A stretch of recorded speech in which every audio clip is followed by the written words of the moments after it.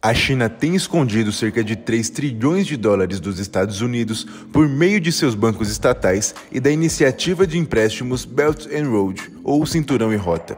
Pelo menos é isso que acreditamos, de acordo com uma pesquisa disruptiva e inovadora do economista Brad Setser, do Conselho de Relações Exteriores, que promete abalar o mundo inteiro. Isso tem 3 grandes implicações para o equilíbrio de poder no sistema monetário global. Primeiro, significa que o cofre oficial de reservas cambiais da China pode potencialmente ser o dobro do tamanho, tornando a moeda chinesa muito mais resistente a um colapso, causado, por exemplo, por sanções. Em segundo lugar, isso significa que se a China precisar defender a sua moeda, ela pode rapidamente tentar vender os seus ativos da Belt and Road, deixando esses países em crise. Por fim, isso significa que, embora muitos economistas acreditassem que a China havia parado de suprimir o valor da sua moeda, na verdade, ela encontrou uma maneira de manipulá-la sem ser oficialmente rotulada como manipuladora de moeda. Então, como a China escondeu 3 trilhões de dólares e o que isso significa para o equilíbrio monetário global de poder? Bem, como se constatou, a chave para responder a essas perguntas é entender como a China obteve tantos dólares em primeiro lugar. A resposta simples é que os chineses ganharam esses dólares ao longo dos últimos 20 anos, exportando muito mais do que importavam. Você vê, enquanto a China emite a sua própria moeda, o renminbi, ela depende quase exclusivamente do dólar dos Estados Unidos para suas importações e exportações. Afinal, se os seus cidadãos quiserem importar algo, seus fornecedores estrangeiros geralmente preferem ser pagos em dólares americanos, pois esses podem ser usados em todo o mundo. Da mesma forma, como os estrangeiros geralmente não têm acesso a contas em renminbi, os exportadores chineses geralmente pedem para serem pagos em dólares americanos, sempre que exportam algo.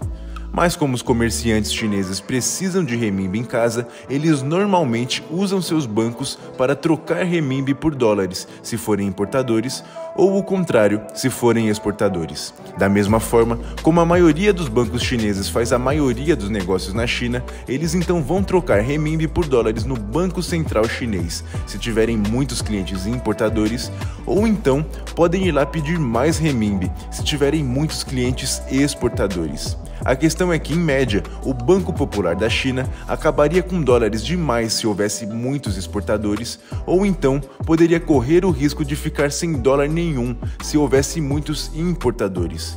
Ok, eu espero que isso tenha parecido um pouco simples. Muitas exportações significam muitos dólares acumulados no Banco Central da China e muitas importações significam que ele pode ficar sem dólar nenhum.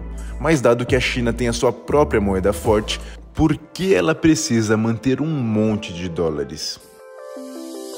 Bem, como mencionado pelo ex-presidente do Federal Reserve, Ben Bernanke, o principal uso de um monte de reservas cambiais estrangeiras, ou cofre de guerra como é apelidado, é ser capaz de defender uma moeda de um colapso, que poderia causar uma inflação altíssima e descontrolada. A maneira como isso funciona é bastante simples. Se sua moeda está em queda, você simplesmente começa a comprar sua própria moeda com seu cofre de guerra. É isso aí. A única dificuldade é descobrir o quão grande o seu cofre de guerra precisa ser. Mas uma coisa é certa, se você tem uma sólida indústria de exportação como a China, em algum momento espera-se que o seu cofre de guerra seja grande o suficiente. E nesse ponto, no mundo ideal, com o qual os economistas gostam de sonhar, o Banco Popular da China não teria mais uso para um grande montante de dólares, que rendem apenas uma taxa de juros muito baixa. Portanto, logicamente, começaria a vender quaisquer dólares adicionais que acumulasse, através de exportações por renminbi no mercado de câmbio internacional. Por consequência, vender dólares para comprar de volta renminbis acabaria por elevar o preço do renminbi em relação ao dólar. Um renminbi mais forte tornaria as exportações chinesas mais caras e, portanto, menos competitivas no mercado global. Por outro lado, tornaria os produtos americanos mais baratos na China tornando-os mais competitivos. Portanto, à medida que o renminbi sobe, os importadores da China começarão a superar os exportadores. Para fornecer a esses importadores os dólares necessários, o Banco Central então precisaria comprar esses novos dólares no mercado de câmbio estrangeiro, usando seu renminbi recentemente impresso, o que faria o preço do renminbi cair, tornaria os exportadores da China mais competitivos novamente. E esse mecanismo simples e equilibrador é a razão da economia global estar tão equilibrada. Agora, de volta ao mundo real, as potências industriais como a China, mas também exportadores de petróleo como Noruega, Kuwait e outros, têm exportado mais do que importado há décadas, enquanto os Estados Unidos importaram em grande parte toda essa diferença. E segundo muitos economistas dos Estados Unidos, esses países foram capazes de fazer isso, acumulando cada vez mais dólares em vez de vendê-los. Isso mantém moedas como o renminbi artificialmente baixas em relação ao dólar. Embora isso signifique que os consumidores americanos possam comprar muitas coisas baratas, também significa que mais e mais fábricas serão construídas na China, deixando fábricas nos Estados Unidos abandonadas e os eleitores dos centros industriais irritados. Portanto, era apenas questão de tempo para que políticos dos Estados Unidos, como Donald Trump, começassem a acusar a China de manipulação cambial e ameaçassem impor tarifas das exportações como forma de retaliação. No entanto, na época de 2016, parecia que a China tinha feito um truque de mágica. Suas reservas oficiais diminuíram e depois se estabilizaram, apesar dos altos superávites comerciais e do renminbi fraco. A explicação preferida na época era que houve uma saída em massa de dinheiro por indivíduos chineses ricos em busca de melhores retornos no exterior. Mas como se constatou, havia mais na história. Um grande e intrincado esquema do governo chinês para esconder trilhões de dólares dos economistas americanos e manter o renminbi sempre baixo, mas sem ser rotulado como manipulador de moeda. Então, isso levanta a seguinte pergunta: como a China escondeu tanto dinheiro dos Estados Unidos? A chave para entender a estratégia da China é manter em mente que a ideia fundamental é que a China deseja manter a sua moeda baixa, mesmo que os seus exportadores continuem trazendo dólares. Portanto, esses dólares não podem ser vendidos. No entanto, para evitar a detecção pelos economistas que estavam monitorando suas reservas cambiais, o Banco Central teve que encontrar uma maneira inovadora de continuar acumulando seus dólares. A solução óbvia foi que os dólares que os exportadores traziam deveriam ir para outro lugar. No entanto, para decidir onde, a China queria manter algum controle sobre esses dólares para potencialmente defender a sua moeda e evitar acabar como o Irã em 2012, depois de ter sido atingido por sanções americanas. A solução que a China encontrou foi dupla.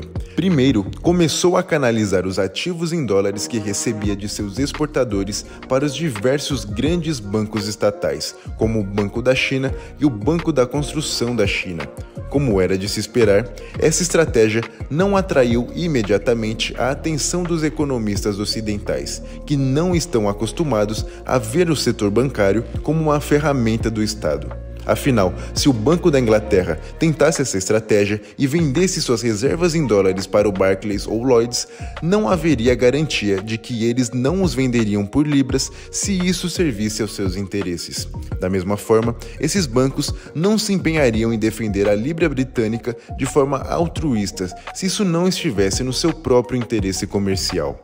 No entanto, o Estado chinês é muito poderoso. Então, enquanto o governador do Banco Central da China poderia alegar que a sua taxa de câmbio era determinada por forças de mercado, ao olhar mais de perto, o Sr. Setzer descobriu que após obter essas reservas, os bancos estatais chineses não as operavam mais como os bancos comerciais operam. Em vez disso, começaram a atuar como extensões do Banco Central chinês.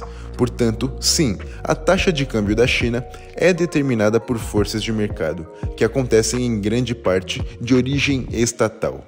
Inteligente, mas a China não havia terminado.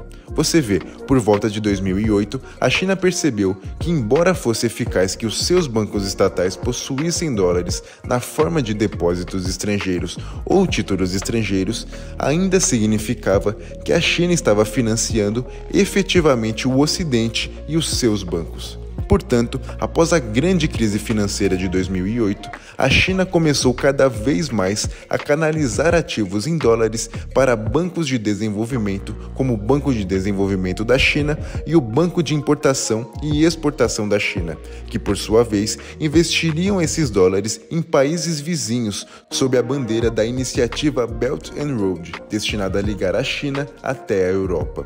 Portanto, agora não apenas os dólares que a China acumulou não apareciam nas estatísticas de reservas, mas também apoiavam efetivamente os interesses internacionais da China, garantindo commodities cruciais, compradores para produtos chineses e aliados geopolíticos. E tcharam! Foi assim que a China manteve a sua moeda baixa, sem alertar os economistas ocidentais que tendem a pensar que os bancos e os bancos de desenvolvimento operam de maneira muito mais independente do governo. Portanto, acho que o estudo do Sr. Setzer revelou que olhar apenas para reservas oficiais da China não é suficiente. Isso é uma lição importante para qualquer economista internacional, porque países tão diversos como Noruega, Kuwait e Singapura também estão acumulando grandes quantias de moeda estrangeira em fundos de investimento, em vez de ativos de reserva oficiais. Da mesma forma, países como Turquia, Argentina e Taiwan também são conhecidos por usar bancos privados para manipular o valor de suas moedas. A diferença é que a China é a maior e mais importante a fazer isso. Apenas para ilustrar o quão importante ela é agora, enquanto a China já tinha o maior cofre de guerra do mundo, essa pesquisa revela que ela poderia ter o dobro disso, aproximadamente 5 vezes mais do que o segundo país, o Japão. Mas você acha que os economistas realmente deveriam atualizar a sua estrutura para incluir o balanço dos bancos estatais em países com maior autocracia? Bom, me conta aqui nos comentários. Eu fiz um documentário completo explicando por que o PIB da China pode, na verdade, ser 60% menor do que é divulgado oficialmente pelo governo. Para você entender melhor essa história e o que está por trás desses números, é só clicar nesse vídeo e a gente se vê lá.